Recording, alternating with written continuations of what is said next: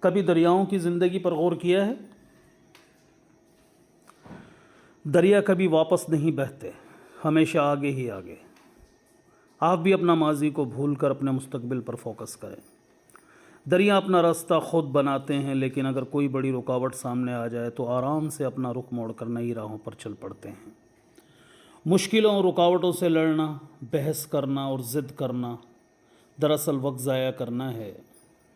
آپ گیلے ہوئے بغیر دریا پار نہیں کر سکتے۔ اسی طرح آپ کو دکھ سکھ کے ساتھ ہی زندگی گزارنا ہوگی، ہمت اور حوصلے کے ساتھ۔ دریاؤں کو دھکا نہیں لگانا پڑتا، یہ خود ہی آگے بڑھتے ہیں، یعنی کسی کے سہارے کے بغیر اپنا کام خود کریں۔